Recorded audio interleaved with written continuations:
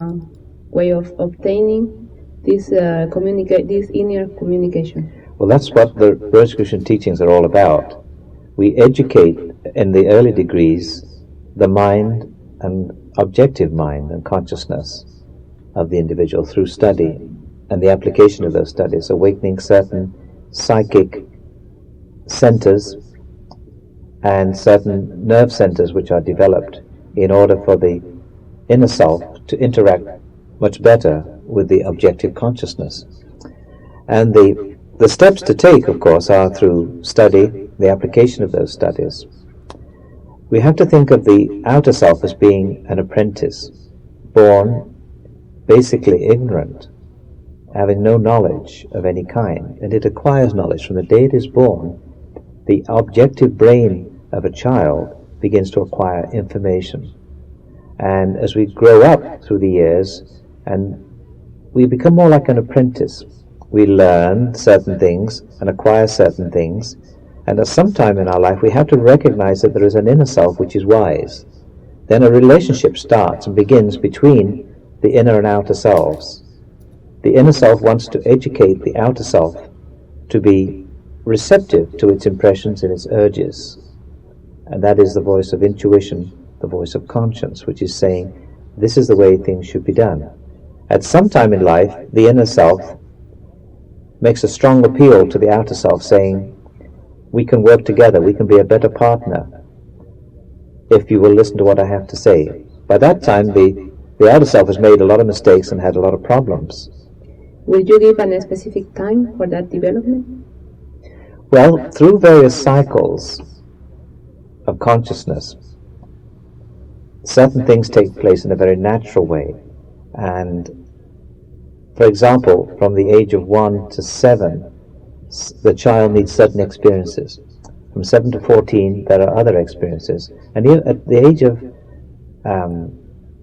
say, 7 to 14, the child is learning a great deal of information. It is also very receptive to the inner self, even at that stage. Between 14 and 21, there's some changes begin to take place in the consciousness. It is necessary for the individual to acquire certain types of experiences in life that are necessary to round out, so to speak, the whole personality. And that's why at these different cycles, these 7-year periods, we learn certain things because our consciousness becomes interested and absorbed in certain things. Usually, shall we say, from the age of 14 to 21, we're interested in a lot of physical things, sports, and those kinds of activities. It's a very active cycle, physically. Then from 21 to 28, it becomes more of a mental thing, but the person becomes more interested in worldly affairs, worldly things, and seeks to acquire a good job and a relationship with other people. There's certain things are more important to them in that particular cycle.